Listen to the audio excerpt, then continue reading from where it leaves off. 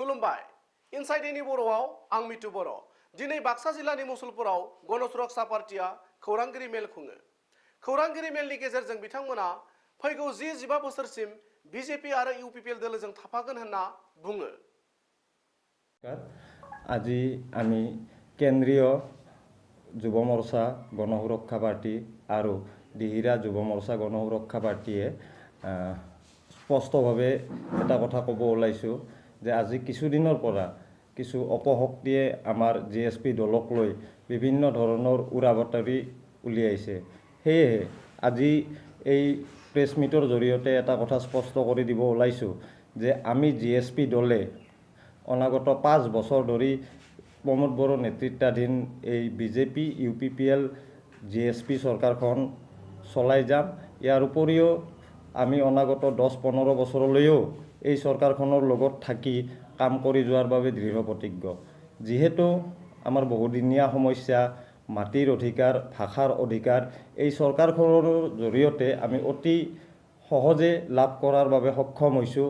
বহুদিনৰ প্ৰতীক্ষিত আমাৰ ভিচিডিচিবিলাক এই চৰকাৰখনে গঠন কৰি দিয়াত সহায় কৰিছে। সেয়েহে ইয়াত কোনো ধৰণৰ আমাৰ দ্বিমত নাই। এই চৰকাৰখনৰ লগত আমি 5 বছৰ চলি যোৱাটো নিশ্চিত। তাৰ উপৰিও অনাগত 10-15 বছৰলৈকেও আমি চলি যোৱাৰ বাবে বৰ্তমানলৈ দৃঢ় প্ৰতিজ্ঞ।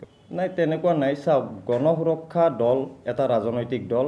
গতিকে গণসুৰক্ষা দলে সম্পূৰ্ণ নিজৰ দলৰ নীতি আদৰ্শ মতে ৰাজ্যৰ উন্নয়নৰ বাবে কাম কৰি যাব, উন্নয়নৰ স্বাৰ্থত সিদ্ধান্ত ল'ব। ইয়াত কোনো ধৰণৰ বেলেগ আৰু কথা নাই। এইটো ছাৰৰ নিজৰ ব্যক্তিগত কথা, যিবিলাক কথা তেখেতে কৈছে, কিন্তু দলীয়ভাৱে আমি কোনো ধৰণৰ তেনেকুৱা সিদ্ধান্ত লোৱা নাই। আমি জিএছপি দলে মিত্ৰজোঁটৰ এই চৰকাৰখনৰ লগত 5 বছৰ চলি যাম, এইটো আমি দৃঢ় সংকল্প। অকল 5 বছৰেই নহয়, মই বাৰে বাৰে কৈছোঁ, আমি অনাগত 10-15 বছৰলৈও উন্নয়নৰ স্বাৰ্থত, ৰাইজৰ উন্নয়নৰ স্বাৰ্থত আমি একেলগে লগ হৈ চলি যোৱাৰ বাবে দৃঢ় প্ৰতিজ্ঞ। গণসুৰক্ষা পাৰ্টিৰ ৰাজনৈতিক দল হিচাপে যিখিনি দলৰ নীতি আদৰ্শ লৈ ৰাইজৰ স্বাৰ্থত যিখিনি কৰিব লাগে দলে সেইখিনি কৰি যাব।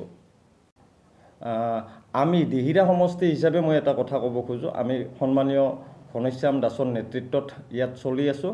তেখেতে যি ধৰণৰ দিহা পৰামৰ্শ লগত স্থানীয় জিএছপিৰ নেতাসকলৰ দিহা পৰামৰ্শ মতেই আমি দলটো আগবঢ়াই নিয়াত চেষ্টা কৰি আছোঁ। আৰু আমাৰ কিন্তু মূল লক্ষ্য হৈছে সম উন্নয়ন, সমবিতৰণ আৰু ৰাজহুৱা উন্নয়ন।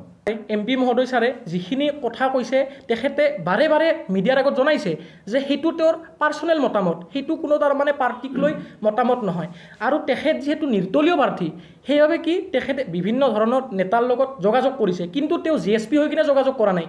তেখেতে সাংসদ, যিহেতু নিৰ্দলীয় সাংসদ, তেখেতক বিভিন্নজনে বিচাৰে, সেইবাবে তেওঁ গৈছে, তেওঁলোকৰ লগত চিনাকি হৈছে। কিন্তু এইটো নহয় যে আমাৰ জিএছপি দলে কোনোবা কংগ্ৰেছ দলৰ লগত, কোনোবা তৃণমূল কংগ্ৰেছৰ লগত, সেইটো একদম তাৰমানে কি এটা ভুৱা প্ৰচাৰ এটা। তেওঁলোকৰ লগত আমাৰ দ্বিমত একোৱেই নাই।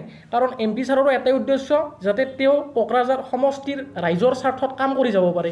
আৰু তেখেতে যিবিলাক কথা কৈছে যে মই তৃণমূলত সেই কৰিম, সেইটো তেখেতৰ পাৰ্চনেল মতামত, সেইটোক লৈ আমাৰ ক'বলগীয়া একো নাই। মুঠতে আমি জিএছপি দলে একেবাৰে কৈছোঁ যে আমি 5 বছৰৰ লগতে অনাগত দিনতো আমি বিজেপি, জিএছপি আৰু ইউপিপিএল চৰকাৰ একেলগ হৈ কিনে বিটিআৰৰ ৰাইজৰ স্বাৰ্থত আমি কাম কৰি যাম।